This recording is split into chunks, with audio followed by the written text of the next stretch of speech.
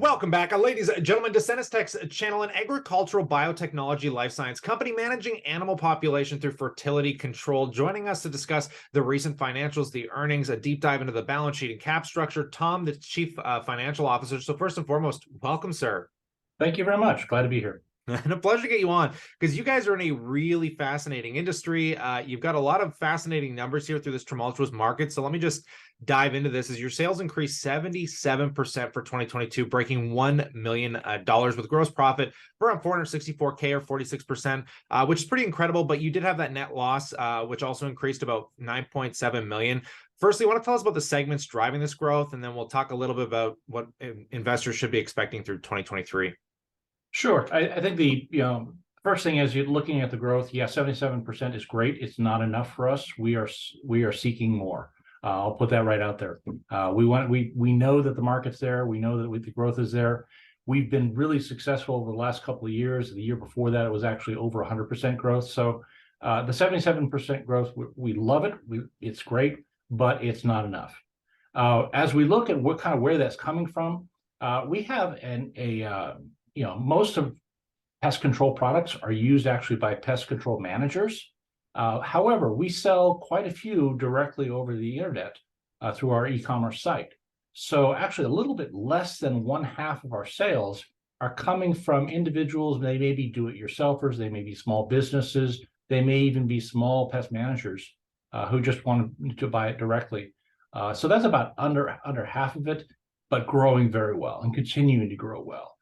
The other areas that are pest managers that feed into the agricultural market. Ag is a great market for us. They have a huge rat problem, and we've shown significant success in helping them manage the rat populations by adding ContraPest to their integrated pest management. So looking at ag, that's big. And then the other one that's always in the news because it's big and it's public is our governments. They put out recently a survey for the rattiest cities in the country, and New York, Chicago, places like that have huge rat problems, and so that's an area where we're trying to grow much more. But yeah, politics is different than economics, and even though we can show that we can improve their situation with pest management, we need to really convince them. We need to get lots of data. We need to get lots of public support. So that's an area that's big for us, but also will be growing even more. So that's kind of where the cash is coming from. Yeah, and it seems like you guys are on a good ramp up. So hopefully over time, that's going to be able to compound as you continue to prove and scale into some of the bigger cities and municipalities, perhaps. But maybe touch on the net loss here as well. What milestones investors should be kind of looking forward to, and just some of those harder hitting questions. So first, I think that net income is the traditional measurement.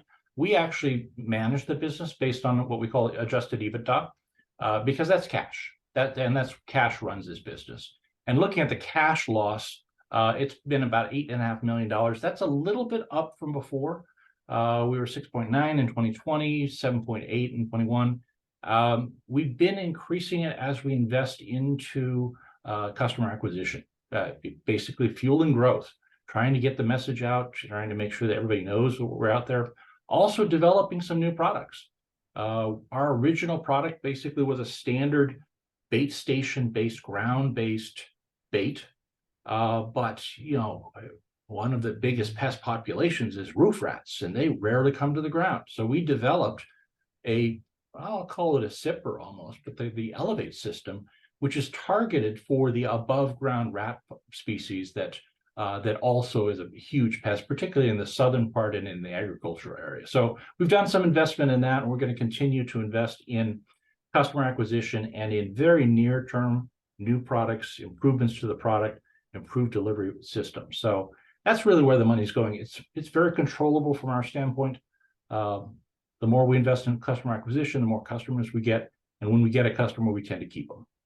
I definitely appreciate those insights. And I think making that note of controllable cash on the expense is a lot better than kind of mandatory or something that's bleeding into your gross profits. Now, I just want to drive into the balance sheet because this is pretty incredible, sitting on 6.7 million assets, of which 4.7 million of that is currently cash, and only 1.5 million of liabilities, which currently is fairly unusual across even most large caps at this point. But what can you tell us about your balance sheet? How you feel about it during these kind of tumultuous markets?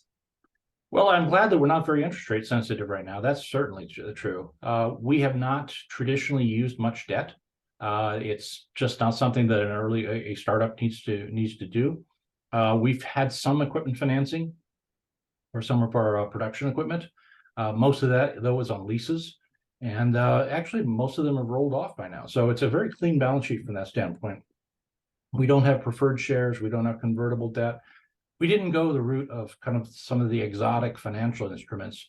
We went straight common. It's very easy to understand, and we're out there with a little over 2.1 million shares of common. As you kind of look at who's holding them, we're very heavily retail. Not a whole lot of big institutional holdings, some insider holdings, but really most of our investors would be small family offices, smaller investors, maybe a small fund manager that's not reporting. And then there are a lot of individuals who really understand and believe in what we're doing and really are, I would say, mission focused individual investors. We have a huge number of those. In fact, the company was founded based on passionate individuals who wanted to make a difference. Well, I definitely appreciate these insights, touching base on the cap structure. And as somebody that grew up on a farm, I understand perhaps some of the passion behind pest control. But I will pass the question off to the viewers. We'd love to know what you think in that comment section below. Consider subscribing because as news comes down the wire, we're going to continue to update you here. But on that, as always, we look forward to catching you in the next one.